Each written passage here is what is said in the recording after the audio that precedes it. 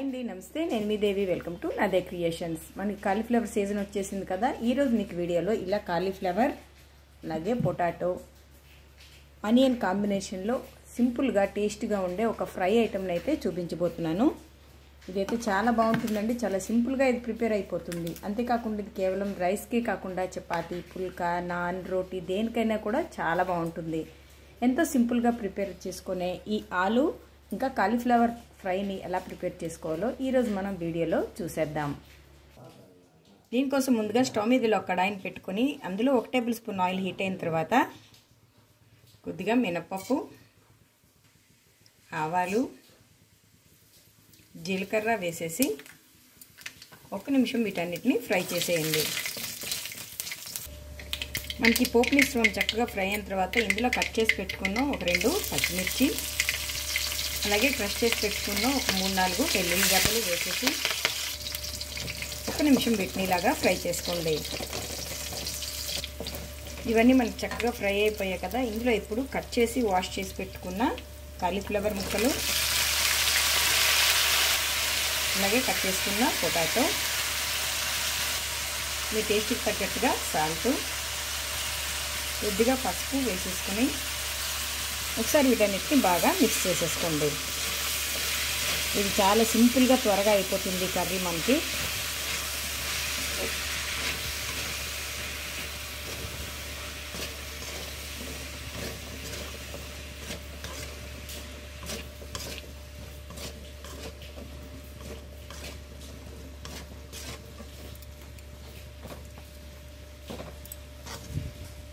ఇలా మొత్తం మిక్స్ చేసేసుకున్న తర్వాత దీని మీద ఒక మూతను పెట్టేసి మనకి కాలీఫ్లవర్ ముక్కలు అలాగే పొటాటో కూడా కొంచెం మెత్తగా అయ్యేంత వరకు ఉడికించండి.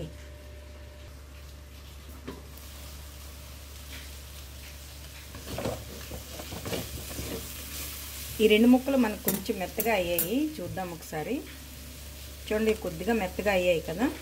ఇప్పుడు ఈ ముక్కల్లో ఇలా సన్నగా పొడవుగా కట్ చేసి పెట్టుకున్న ఈ ఆనియన్స్ని వేసేసుకొని ఇప్పుడు వీటన్నిటిని మిక్స్ చేసేసుకుందాం.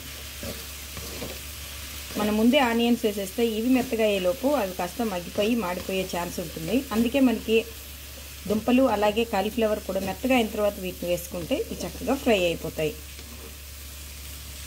ఇప్పుడు ఇలా ఫ్రై చేయడమే కానీ మరి మూత పెట్టి వీటిని ఫ్రై చేయకూడదు. ఇది మనకి చక్కగా ఫ్రై అయిపోయిందండి. ఇప్పుడు ఈ కర్రీలో కొద్దిగా కొత్తిమీర అలాగే కొద్దిగా గరం మసాలా వేసేసి ఒకసారి బాగా మిక్స్ చేసేసుకుందాం.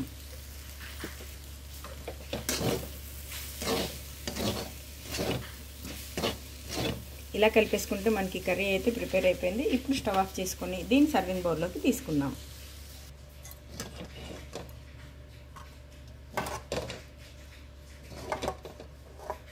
ఇలా సర్వింగ్ బౌల్లో తీసుకుని కొద్దిగా కొత్తిమీరతో గార్నిష్ చేసుకుంటే ఎంతో టేస్టీగా సింపుల్గా ప్రిపేర్ అయిపోయే కాలీఫ్లవర్ ఆలు ఫ్రై అయితే మనకు రెడీ అయిపోయింది. ఇది కేవలం రైస్కే కాదండి, చపాతీ, రోటీ, పుల్కా దేనికైనా కూడా చాలా బాగుంటుంది. మీరు తప్పకుండా ఒకసారి ఇది ట్రై చేయండి. మరి ఈ రెసిపీ మీకు నచ్చితే ఒక లైక్ కొట్టండి, మీ ఫ్రెండ్స్ ఈ రెసిపీని షేర్ చేయండి. అలాగే మరిన్ని టేస్టీ రెసిపీస్ కోసం నాదే క్రియేషన్స్ని సబ్స్క్రైబ్ చేసుకోండి. Thank you for watching.